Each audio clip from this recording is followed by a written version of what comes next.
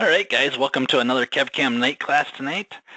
Tonight have Terrence helping out again tonight for you guys. Any questions that come up along the way, or which I definitely encourage you guys to do. How's it going, Terrence? Yes, hey guys. Yeah, fire away with the questions, and I'll make sure they get answered. Absolutely. So for those of you guys that are new to the night class, I know a lot of the regulars are probably getting sick of me saying this, but we use GoToWebinar. For those of you guys that do have questions, and like I said, to definitely suggest you guys ask as many questions as possible so you can get as much as possible out of the night class tonight. But we use GoToWebinar. There is a questions panel in the GoToWebinar section. Definitely go there, type your questions in there, and Terrence will ping me and tell me we have a question, and we'll cover it right then and there. And then for those of you guys also, we also, these night classes are solely dedicated just for you guys. So if you guys do have suggestions, definitely send those over to me in an email, and we will cover those. So, we'll take as many suggestions and we'll turn them into night classes for you guys. If it's something that we can't do a full night class on, we will definitely create a short little video for you guys on YouTube. So for those of you guys that don't have my email and then want to email that to me, let me copy this, and there's my email address right there. And then what I'll also put in there for all you guys is the link to the YouTube channel, and that's going to bring you right here, and it's going to have all the videos that we've recorded, past night classes, tips and tricks, all kinds of stuff. So tons of information in here for you guys to check out. And the best thing I can suggest if you guys are looking for anything specific in there, just because we're getting so many videos on here, is click the little search icon right here. So, and that will get you pointed in the right direction. But I guess with that being said, we'll get the ball rolling here. Tonight we are going to be covering HSS linear, HSS constant Z, and HSS hatch. And actually had, for those of you guys that don't know, but had Greg Payton help out with the parts, and he actually did a real nice job creating some parts with good examples for you guys. So I'll bring that up here. And so get the ball rolling here is, first thing what I'm going to do is kind of focus this this first part just on doing HSS parallel cuts. We'll just do the linear at a 0 degrees and kind of go through the difference of, what some of the buttons do in there. I know last week we kind of went through all the buttons inside HSS, so we'll kind of be recapping some of that, but just kind of give you as many examples as I can for you guys. And, like I said, as I'm going through this, if you guys do have questions, let me know. So, all right. So what we'll do here is go to our HSS. Now, for those of you guys that do have Express, you guys will have full access to this also. Just unfortunately, you won't have access to anything below the parallel cuts. So we'll do our linear right now. And so we got our geometry picked. And usually that first page is just the coordinate system. What MAC do you want to be working on? Now, get down to the geometry. What area do you want to cut is basically asking us. So if we hit the little new piece of paper here, and we just want to work on that specific surface, and we can go ahead and grab our tool. Now, like I said, a lot of this stuff with the default values are set very good, so not a lot of playing, but we'll get into modifying some of this stuff right here as we keep going here. So let's go ahead and grab a tool here, and we'll grab that ball end mill. Levels, like I said before, we can usually skip right over levels and kind of hop right to our toolpath parameters because these levels are pulling off of your chord sys. So, so if we go to our toolpath parameters, I'll leave it at a maximum step. The default value is going to be 50 thou for inch, and I'm going to leave it at that. And that's what I kind of suggest for you guys to do too, is just a little trick. Is I know that I'm going to want a much finer step over, but let's get our toolpath looking good first. So what I'm going to do is let's just do a save and calculate. In linear, just going back and forth, No, linear is more meant for kind of the flat areas, so from 0 to 45 degrees, where when we get into constant Z is going to be more for the 45 degrees to 90 degrees. And I have a part, our next part here, that we'll look at, and I'll kind of show you the differences on what those do for you guys, and what everything can do. So right now, you'll see we're just doing a zigzag going back and forth. You see that we have a lot of rapid movements going up and down. So the first thing, before I even tune up my maximum step over, is I'm going to go over to my link. Now, these are basically my links, is what's going on here. So if I go to my links page right here, and if I go down to where it says link between slices, so that's basically from this blue line to this blue line, we are going up to the clearance area. Well, there's no real need to go all the way up to the clearance area, especially on a part like this. So what we're going to do is, for this first one, is we'll just do follow surface. And you'll see how quickly that just cleaned up my toolpath, eliminated all my retracts going up there. Now, a real cool thing what we can do is, right now we're just kind of doing that zigzag going back and forth, but if we get in here, we're doing those sharp corners right here.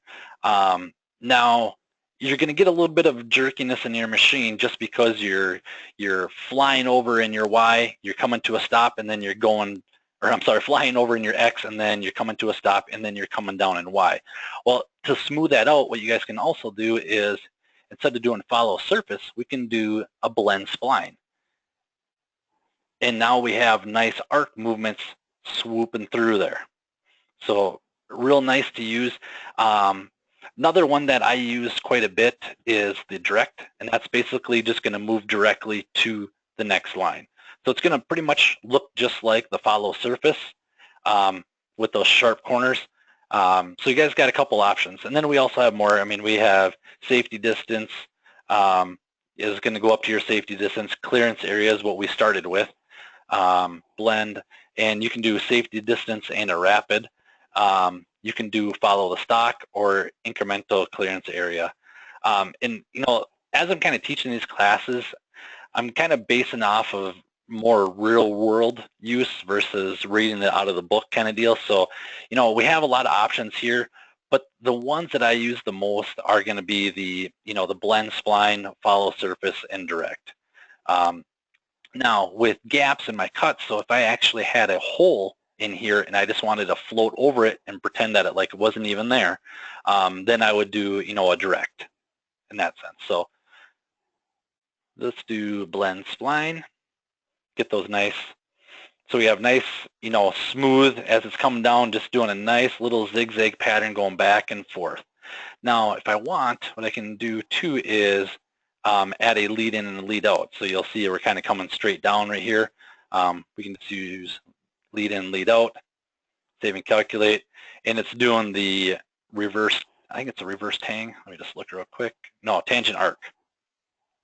And just coming down in there and then arcing onto the material. Now, if you guys want, we can definitely switch those around to whatever you'd like. You can do the reverse tangent arc, vertical tangent arc, reverse tangent arc. So a lot of different lead-in options for you guys here. So, so that's what it's going to look like if we do a 0 degree. Now, as we kind of move over here and get into the a 45 degree, we can modify our toolpath to go for that too. So let me start using my shortcuts here. So we'll do another HSS. We'll do another linear. So I'm going to just do a linear. My geometry. So what area do I want to cut? Green check mark. Now what I can do is put, well, I'll just leave it at 0 for right now, and I'll kind of show you. So let's grab a tool real quick. Okay, and we got those nice safety moves right there. So let's go ahead and clean those up. So we'll just do a blend spline. Get everything nice and clean. So now what I can do also is I can modify the angle of my cut. So if I go back to my geometry screen right here, you'll see define angle by, and we can just put in 45 degrees. And now it rotates everything 45 degrees for us. So now let's take it just a little bit step farther here, and let's say I wanted to start at the bottom and work my way up to the top. So if we go to our toolpath parameters and go to sorting, what I can do is click the little checkbox where it says flip step over, and it's going to reverse it. So now we're starting at the tip and working our way up. So a nice little feature there. Now if we go back, if I want to start on this side over here, what I can do is do a start point, and we'll use start point and hit the little browse button right here. And let's say we want to start over here. Hit OK. Now we're starting over there and starting working our way over, doing our toolpath. So you guys have quite a bit of control in there. And like I said, there's a lot here, but just don't get overwhelmed by it, because we're just kind of fine-tuning anything that that you guys want to do in there. That's one thing in SolidCAM we don't want to do, is lock you out of anything or any tool path or anything at all. We want you guys to have full capability over it. We're all machinists, and we like to do things our own way, right? So the sky's the limit on for what you guys want to do there. So that's kind of switching over like on a 45-degree plane, and like I said, you guys can switch this around to if you guys want to do 30 degrees. Obviously, it's not going to quite match up anymore, but doing different patterns in there, getting that material. So, and what I kind of forgot to do with the linear with 0 degrees is after you have your tool path all cleaned up, tool path is looking exactly what you're looking for, everything is looking good for you, then the very last thing you want to do is come to your tool path parameters and now crank that tolerance down. And like I said with HSM, when we crank that tolerance or that maximum step down, it's going to increase our cycle time, but we're going to have so many little lines in there, it's going to be tough to actually see the tool path. So if I crank this down to 5 thou here,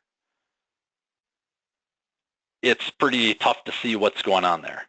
I don't know, for you guys, depending on how big your monitor is, it's pretty tough to see. And so what we have to do is, really kind of zoom in and get a good look at what's going on. So that's why I kind of like to keep everything fairly large, or the default first.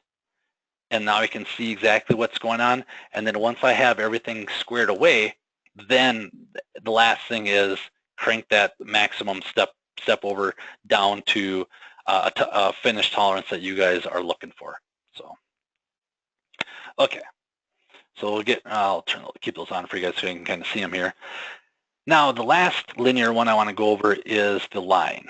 So we'll come to our HSS here and go to geometry, and we'll go to our drive, and that's the surface I want to cut. And now let's get some toolpath on there so I can show you, and then I'll show you what the line does here. And that looks good. Oh, let's clean this up under our links here. Kev. Yeah. Ronnie's got a comment here. Rich, there was a minimum step over. Yeah. There's a reason why they only do a maximum step over, Ronnie. I can't give you a 100% straight answer why they don't do the minimum. There is some algorithm behind it, but Ronnie, if you would send me an email, and I will get an answer, an exact science answer for you on why there's only a max step over right here and not a minimum. And I think what it kind of has to do with, Ronnie, kind of give it in a short sense, is now when we were doing HSM, you guys remember when I came down, let's say I was stepping 10 thou down on a wall, and that wall ended up coming to meet the floor. And if I didn't click that, add additional steps in would actually have that little fine step along the floor. So what they're doing is, right here is the max that we're going to step over is 50 thou, but as it's coming down to try to equal this toolpath out throughout the cut, it might, some of these lines actually might be closer than 50 thou. And like I said, I know that's not an exact science answer, but I will get that for you if you send that over to me email just as a kind of reminder, Ronnie. And does that kind of make sense, I guess, from what I said?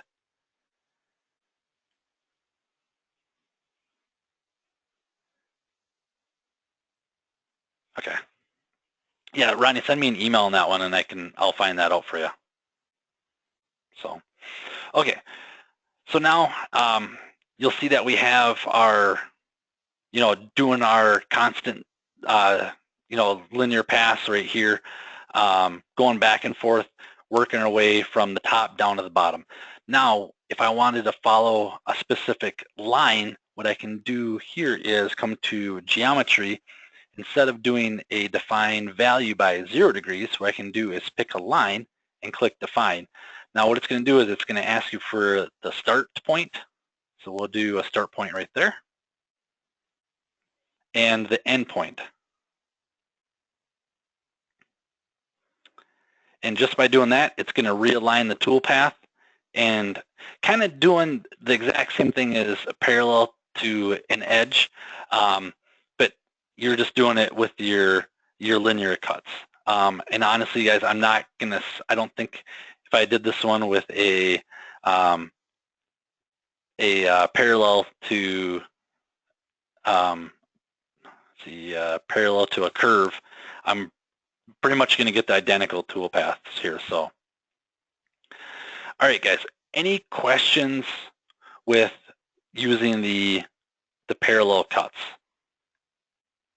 And like I said, we can come in here and, if I wanted to, if we go to our toolpath parameters, if I want to, change my start point, if I started at the bottom and work my way up, that's how you switch it over there. If you guys just want to do one way, we can do that. Now you can also do spiral, and the spiral works real good for a fillet around like an outside perimeter and whatnot there. But for right now, the zigzag is going to be the best cut for us. So any questions, guys, on just the parallel cuts linear? Okay. So let's hop out of here real quick.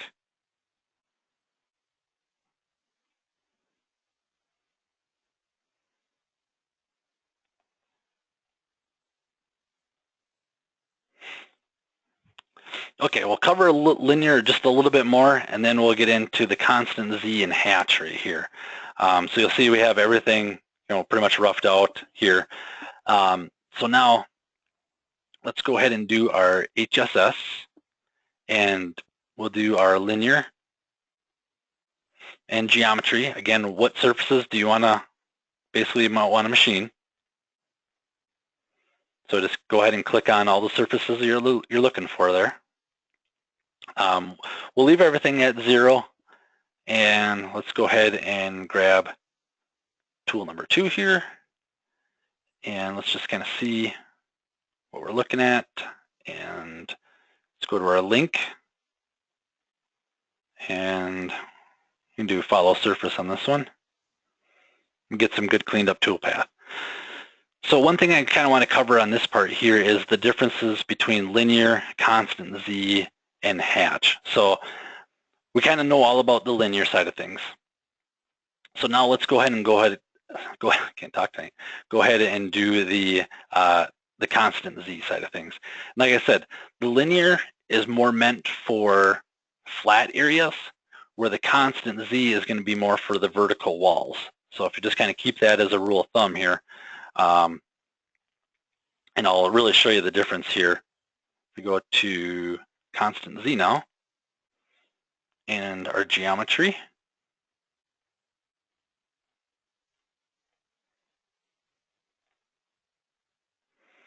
And we'll grab that same cutter here.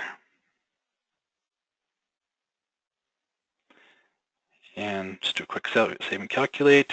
And let's go to our links right here. And we'll do follow surface. Okay, so one thing that I want to show you guys here is if we do a front view, you'll see, you know, our spacing is pretty well equaled out here, but now if we go down to a top down,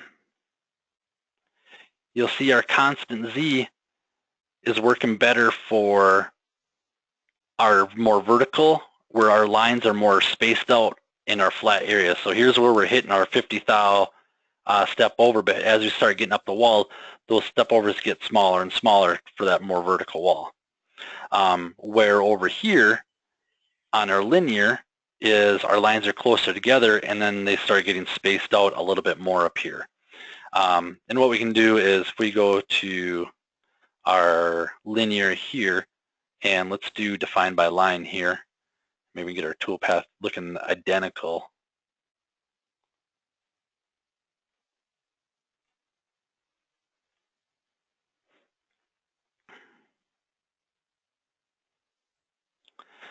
So pretty close in toolpath, but you can definitely see our constant Z on that flat area has a larger step over. Now if we go, like I said, back to the front here,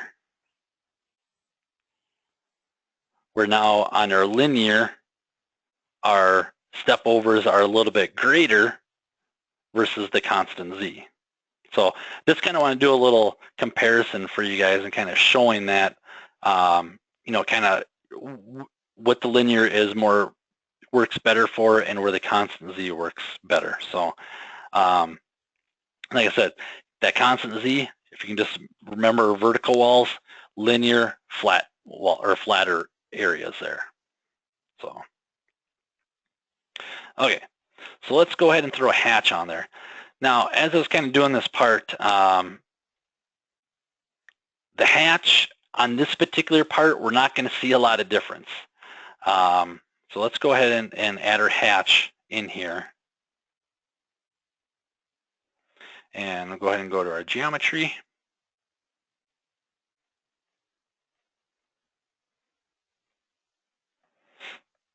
And it automatically puts it in for 45 degrees for you. So what I'm going to do is grab our tool here.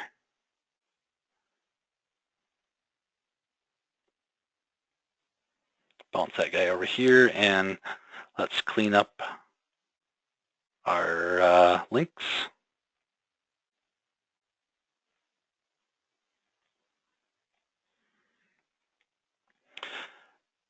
Okay, so now you'll see it's pretty similar to the linear, and if I actually go to my linear right now and go to geometry, and we'll do 45.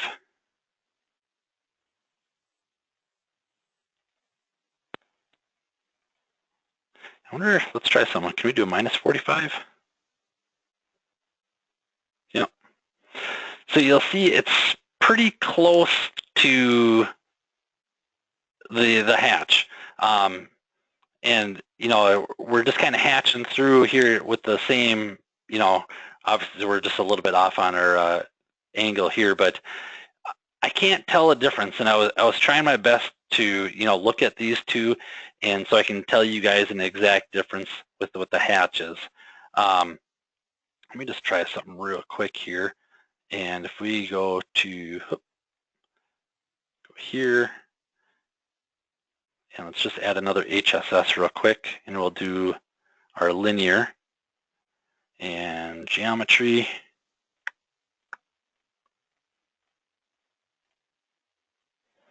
And let's just put 45 degrees in here. Grab our tool, and we'll go to our tool, our link.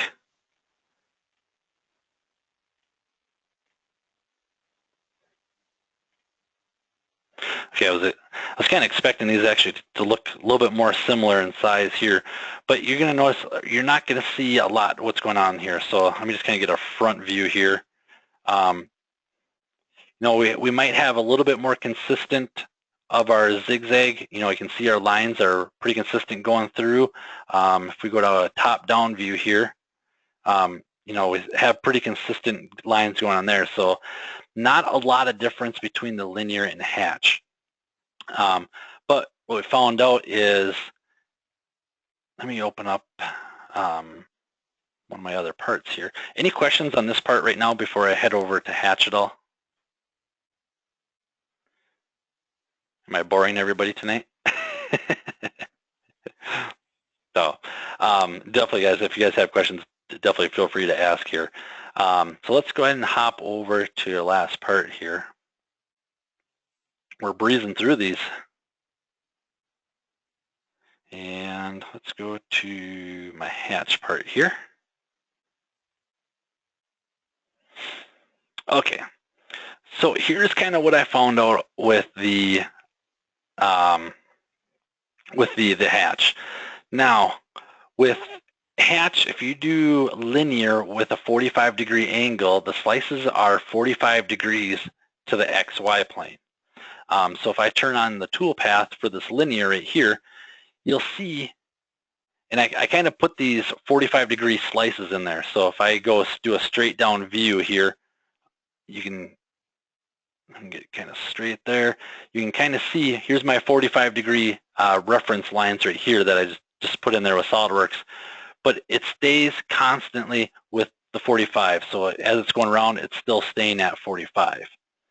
Now, with the hatch, let me turn on our toolpath for a hatch. What it's going to do is the slices are going to stay 45 degrees to the YZ plane here. So let me kind of get a side view with the lines so you can see my 45-degree lines that were drawn in there with SolidWorks. And going back and forth, but when it gets over to this side, it kind of planes out along here. So can everybody kind of see that? I know there's a lot going on there. Also, too, Kev, we have a request from Eric, and that he's looking to see if we can't show a gouge check. Oh, absolutely. Sometime in this. Oh, yeah. I don't have, Erica, we can do a gouge check on this part, but actually next week I'm going to be diving into the gouge check and the margins, but definitely we can turn on a gouge check and show you what's going on here too. And like I said, this one's kind of just giving you a brief rundown of, linear, hatch, and constant Z. But absolutely, Eric, I'll turn that on real quick here. So you can kind of see, is everybody able to kind of see the difference now with the hatch versus using a linear at 45 degrees? Let me just kind of turn off the visibility for these here. So here's a good, I guess a little bit cleaner for you guys. So linear with 45 degrees, we're going to kind of stay, 45 degrees throughout the surface, where hatch 45 degrees, it's going to stay 45 degrees to the XY plane, and then as it gets over here, we can kind of flatten out. So, and like you can see, we're doing 45 degrees to that YZ plane here, and then straightens out. So, okay. Any questions with the hatch or anything like that? Perfect. Okay, so Eric, to answer your question, definitely we can turn on gouge. Now, we were talking last week, I had some, questions, why, actually there's more questions from our own tech guys is, why do I break out my gouges into different segments? So like what I normally will do here is, I'm going to turn off my check surfaces here and then turn on a gouge 2 and turn off my drive surfaces and do my check surfaces. Well, the only reason I do that is just in certain cases, I may want to change my strategy for my gouge. So maybe when I'm doing my check surfaces, I want to do the trim and relink, but when I do a gouge against my drive, I just want it to retract the tool, or vice versa. I mean, the sky's the limit. When you actually do this, it's going to be far and few, but it's just been kind of one of those old habits of doing, and I always break out my gouges. You're not going to get any different results if you do everything all in one and doing retract tool. It's going to still look the same. But for this particular one right here we'll gouge check it. I personally like the trim and relink, but depending on what you're cutting, it's totally up to you guys. And my check surfaces are all the surfaces that I don't want to touch. So I can just hit the new button, and my favorite button is clicking on all adjacent faces. So you can see basically everything minus my drive is actually picked on this particular one here. It's basically kind of what it says. All faces adjacent to my drive will be automatically selected. Now it's not going to select the floor down here or this part just because it's not adjacent to that surface. So now we shouldn't see any difference with the toolpath here. So if we have, we're not gouging at all at anything just because we're doing a pretty simplified surface here. But to answer your question, Eric, once we get into next week with parallel cuts to curve and parallel cuts to surface, we're definitely going to be hitting on the gouge check here. So, all right, guys, any questions at all? I had in my head that this class was going to be a lot longer, and I see we're only at 30 minutes here. So if there's anything that I went over too fast here or anything that I want to cover, definitely let me know right now. Well, Ronnie's got a comment. Oh, here, comment, or you can leave stock and check the surfaces. Yeah, great comment. So what Ronnie's saying is what you can do is you can leave the stock only if you do the check surfaces is the only selection. So yeah, absolutely. Like I said, we'll get more into the gouge check. Don't really have any particular tool path here that's gouging that where we need it. It's pretty simple, basic surfaces here, but absolutely. And I guess if we want to, we can come into our toolpath. Let's see, if we go to our link, and let's do a blend spline, get it a little bit cleaner looking, a little bit smoother for the machine. And like I said, we can definitely do our lead in and lead out. And just by turning this on, it's just the default. And that default is you can get to it from two different places. You can click the little browse button right here, or you can come to your default lead in, lead out right there. And on that note too, Kev, Tim has a comment about, a question about what is the benefit to hatch over a linear 45 degrees? Well, okay, great question, Tim. Excellent question. I was trying to find that exact same answer. So when we were actually doing that part prior to this, I was kind of racking my brain on what is the difference between linear 45 and linear with the hatch at 45 until we came across this one right here. Now, I personally think you're going to get a nicer finish using, like, especially on this one right here, when you're getting a linear with the 45, because we're going 45 degrees against that surface throughout that entire surface. Where over here is we're going to get a little bit of a finish change because we're going, at a 45 degree angle here, but it stays at 45 degree constantly through, and it's not changing. We're over on the linear, it is kind of changing to follow along with that 45 degrees on surface. So I guess,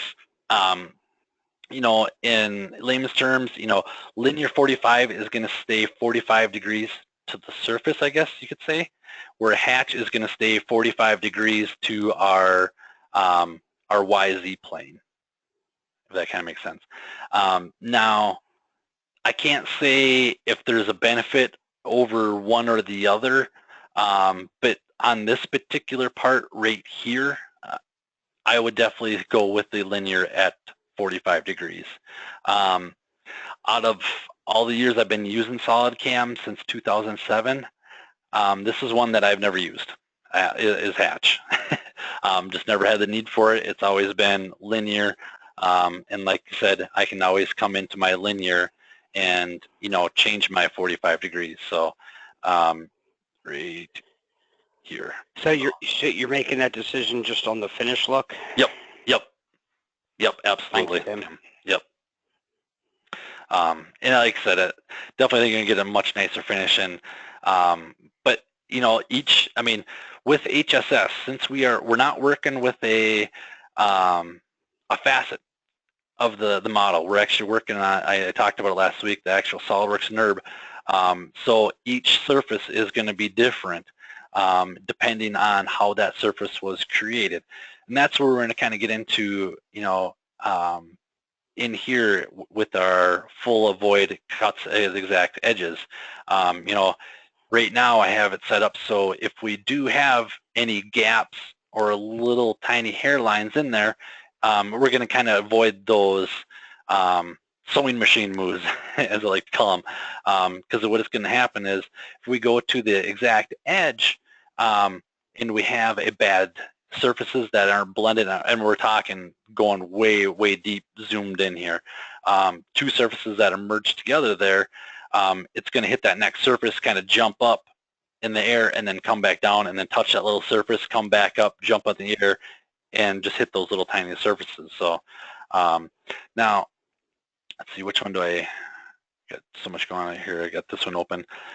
We shouldn't see any difference with this one right now, just because the surfaces are clean, but let's just go right to the edge. And yeah, we're not seeing any toolpath differences here. Yeah, nothing's changing at all for us here. So on this particular one, and like I said, it all depends totally on the surface that you guys are working on. So, and like with this particular one right here, I'm liking the way my toolpath looks. Everything's nice and clean, looks good. Now I'm going to come back and go to my toolpath parameters, and if you guys are looking for a mirror finish, you may do a 5 thou, and do your save and calculate, and you'll see it going over there.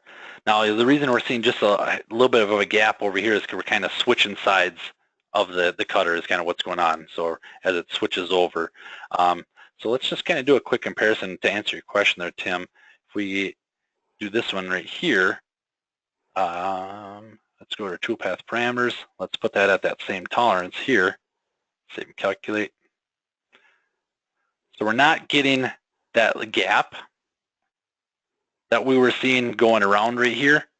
So I guess that could be, to answer your question, Tim, one benefit. So when we're doing linear 45 degree, we're going over here, and once it hits this edge, it's kind of, it's swapping from the front of well, I guess the back side of the ball end mill to over to the front side of the ball end mill here. But you shouldn't see anything on the machine side over here when that happens. But if we go over here, you'll see that we have that tool just keeps going all the way around for us. So, okay, Eric, why does the tool path extend past the surface at the bottom but not at the top? Okay, so let's hop out of here, and I'm going to put this back at 50 so we can kind of see what we got going on here.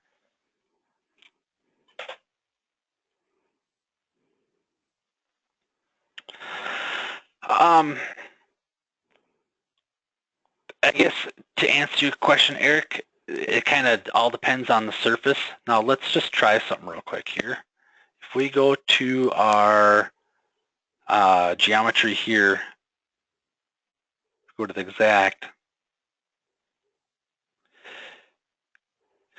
So from what I'm kind of gathering here, Eric, is when we're coming down, here, maybe if I play it through in simulation, it'll make a little bit more sense. Let me play this through here.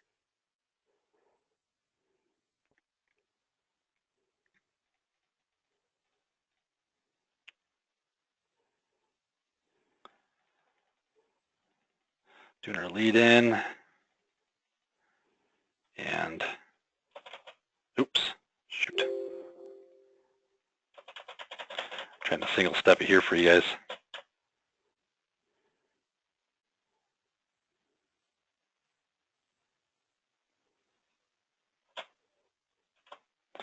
It is going all the way up to the top, so if we do a kind of a, you'll see the ball of the end mill is going all the way up to the top there, Eric. And now, oops, took my mouse cursor off it. And now we start working our way down, and it's just because it's all depending on the contact point of the ball. So now if we get down to the side right here, we're actually kind of hitting all the way down on the side, going down here. Now, it does look like it is going just a little bit hair past, you know, where it needs to go. Oops.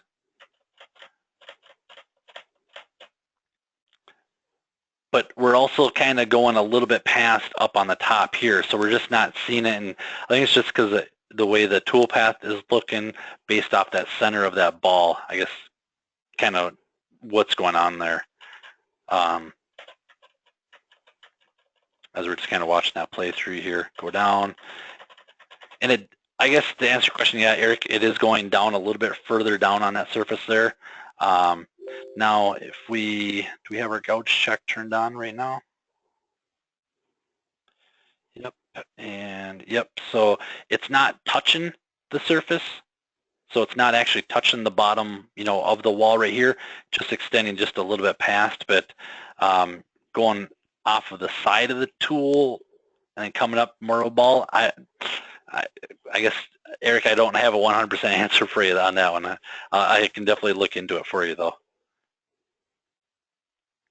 So, and then one thing, this is completely off the subject of HSS, but if you guys are in your verification, and if you guys just want to do a slow single step through and you don't want to sit there and keep clicking right here, just hover your mouse over it and hit your space bar. Or you can actually hold your space bar and it will go through that way. So currently I have my space bar held down, but you know, if you're just looking for specific moves, you can just definitely tap that space bar and go through. So. But Eric, if you could shoot me an email on that one, and we'll definitely, I'll get you a 100% answer on that one also. So I apologize, I don't have that right off hands. There's a lot in HSS, and like I said, it could just be because it's depending on the surface, that's what's going on. Now let's just take a quick look. If we go back to our other parts here, and Ronnie likes your tip there. Thanks, Ronnie. Oh, the space bar, yeah. Uh-huh. Let's see, this one right here. And so yeah, even on these ones here, we're still going, you know, on the top, we're not going as far up as down on the bottom here. And I don't know if it's because of more vertical wall that it's not going up, but you got me stumped, Eric. I don't have a 100% answer for you there, so I apologize for that, but I'll definitely get back with you on that one. Any other questions that you guys want to try to stump me on? We're two for two tonight.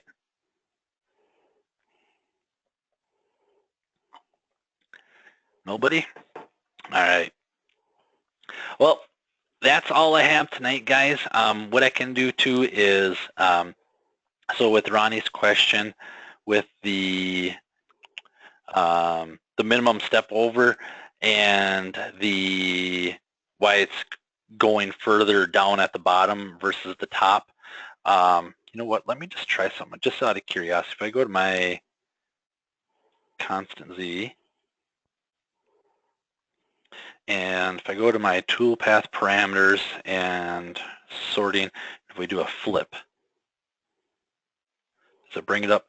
No, it doesn't really matter on the start point here. I thought maybe where it starts, it's going to start with, you know, the no overlap and then work to more of an overlap, but it doesn't look like that's the case either. So definitely, guys, if you could email me those questions, and then what we'll do is I'll email you guys back right away, but I'll also bring it up in tomorrow's class, next Wednesday's class, and give you a more defined answer on why it's doing that, and give you a for sure answer there. But now, for those of you guys that are possibly thinking about going to 5-axis, HSS is 5-axis.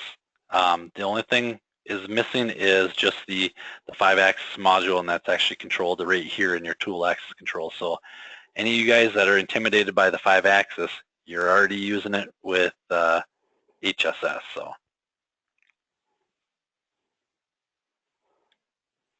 we got, oh, hold on a second. Okay, we got some questions rolling in here now. Yep. All right, yep. Greg, the tangent point of the end mill has to change from the top of the ball to the bottom of the ball. Okay, so let's go to, great point there, Greg. Let me go to center here. And I think we're not, so what I'm doing right here is I'm locking it to just work on the center. I'm not telling it to automatically change the tool path, go into auto. I'm just telling it to stay to the auto. So we should see same throughout. But I'm still seeing, kind of rotate around here. It's right at the exact edge now, but up at our top, we're still not covering that last little bit right there. Let me just try something else real quick. We do exact. And we're still got a little bit of a gap there, so definitely could be part of that. So as the tendency of the ball changes throughout the cut is why we're getting it. But I still think there's got to be some reason why we're still getting more down at the bottom versus the top. But definitely, like I said, guys, I'm going to definitely look into this great detail here. I try to go through these parts and try to get everything figured out for you guys so I don't get stumped like this, but I feel bad that I can't answer your question. So let's get this back to our tool axis control and auto. Yeah, and also, too, that Ronnie's got a comment on his experience with this. All right, I have found that perpendicular to curve instead of parallel to curve and turning on the corner radius will minimize the extra passes in the corner. Ronnie, are you the extra passes in corner, like our, I'm trying to think here which, let's see, in regards to minimum. Oh, okay.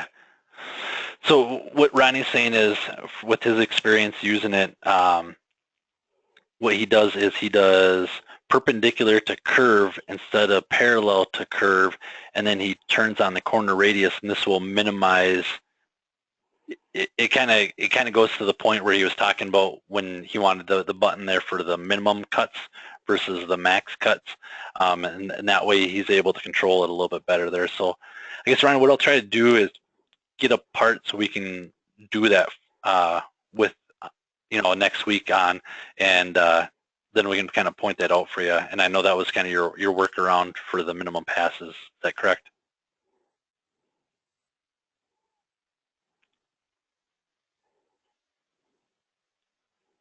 Okay. Yeah.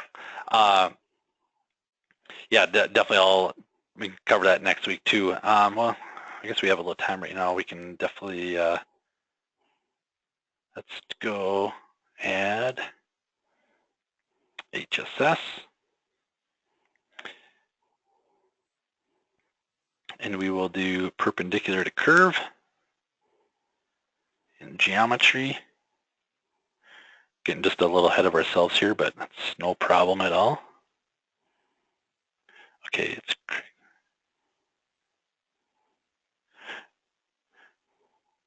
okay.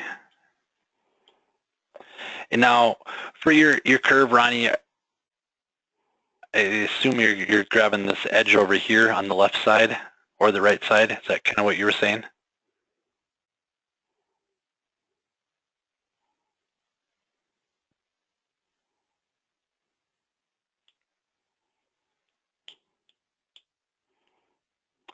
No. Oh, you have to create a perpendicular curve. Okay, drawing that in. Okay, so we'll cover that one next week, Ronnie. Once we get into the perpendicular curve, and then we can show them that little cheat sheet. And if Ronnie, if you have a part to send me that you do that on, definitely send it over, and if we can use that as an example,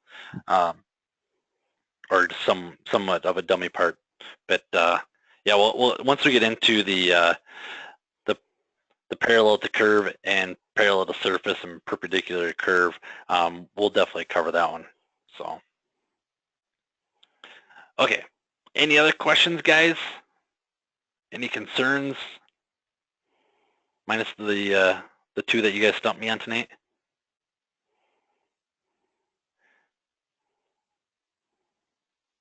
All right, guys. Well, I guess with that being said, we'll kind of polish off the night class tonight, and a little shorter than normal here. But for those guys that want to check it out again, this will be on YouTube. In a couple hours here once it gets uploaded and rendered.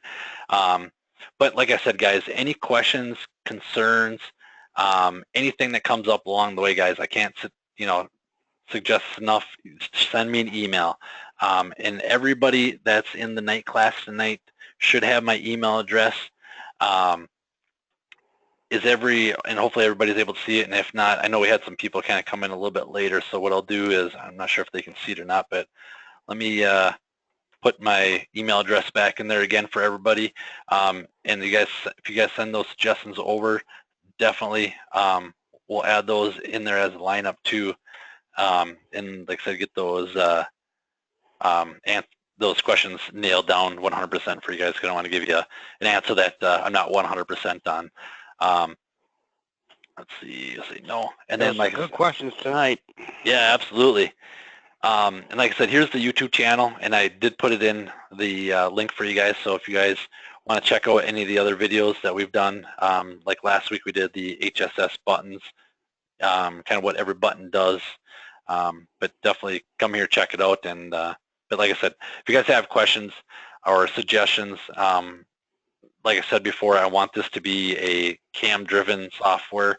And even the owner of the company is a huge machinist, and everybody here is machinists or on the tech side of things. So definitely let us know what we can do to help you guys out or change things around. So, all right, guys.